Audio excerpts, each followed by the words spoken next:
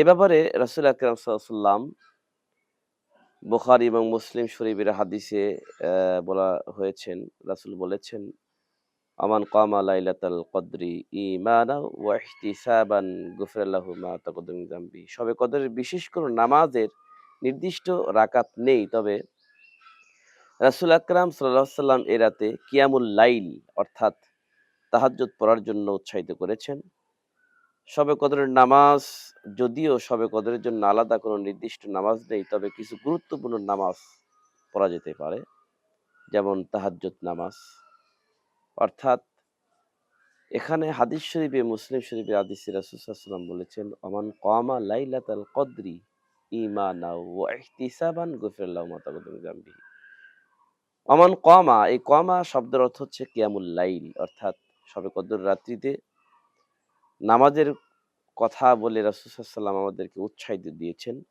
এই নামাজটা আমরা কয় রাকাত পড়তে পারবো সে ব্যাপারে রাসূল আকরাম সাল্লাল্লাহু আলাইহি ওয়াসাল্লাম আমাদেরকে উৎসাহিত বলছেন। নফল নামাজ আমরা পড়তে পারি।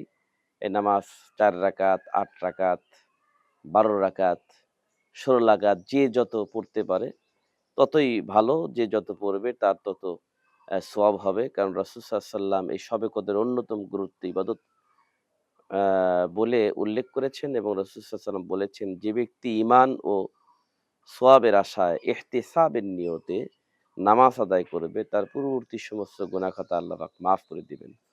এটা ২ রাকাত করে যত ইচ্ছা তত পড়তে পারবে।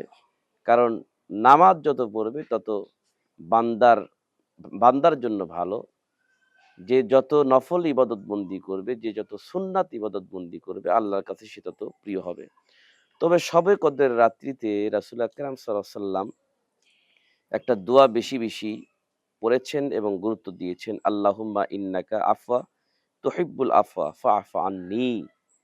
এই দোয়াটা রাসূল সাল্লাল্লাহু আলাইহি ওয়াসাল্লাম বেশি করতেন। হে আল্লাহ, তুমি নিশ্চয়, হে আল্লাহ তাআলা, নিশ্চয় তুমি ক্ষমাশীল, ক্ষমা করতে ভালোবাসো, সুতরাং আমাকে ক্ষমা করে দাও।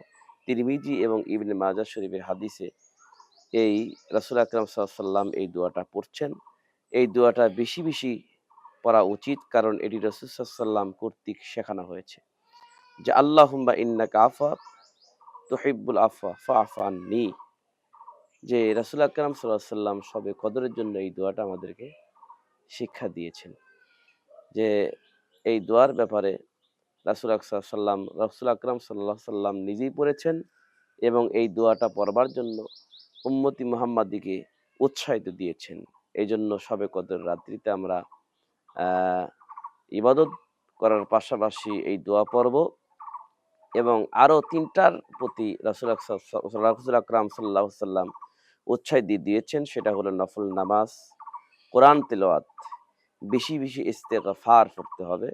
নিজের জন্য, পরিবারের জন্য, দেশবাসীর জন্য, সবার জন্য দোয়া করতে হবে। কারণ যে ব্যক্তি, আল্লাহ রাসূল বলেছেন যে, কোরআনে কারীমের আয়াত দিয়ে প্রমাণ করেছেন, যদি কোনো ব্যক্তি ৩ টা আমলের মধ্যে থাকে তাহলে আ পৃথিবীর কোনো বাতিল শক্তি তাকে শেষ করতে পারবে না। স্বয়ং আল্লাহ পাক তাকে হেফাজত করবে। নাম্বার ১ হলো, একটা কোরআনের আয়াত আমাদের তেলাওয়াত করতে হবে। লা ইলাহা ইল্লা আনতা সুবহানাকা ইন্নী কুনতু মিনাজ জালিমিন। ফাস্তাজাবনা লাহু ওয়া নাজ্জায়নাহু মিনাল গাম ওয়া কাযালিকা নুনজিল মুমিনিন। নাম্বার ২, বেশি ইস্তেগফার পড়তে হবে।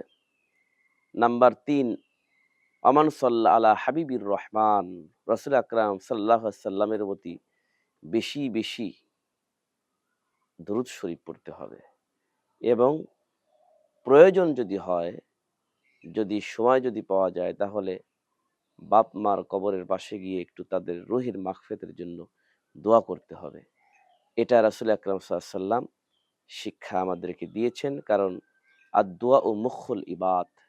দোয়া হচ্ছে সমস্ত ইবাদতের মগজ, সার, মূল। অর্থাৎ যে দোয়া আমাদেরকে শিক্ষা দিয়েছেন, যে ইবাদত শিক্ষা দিয়েছেন, এইভাবে ইবাদত বন্দী করে আল্লাহ পাক আমাদের কাটিয়ে দেওয়ার তৌফিক দান করুক।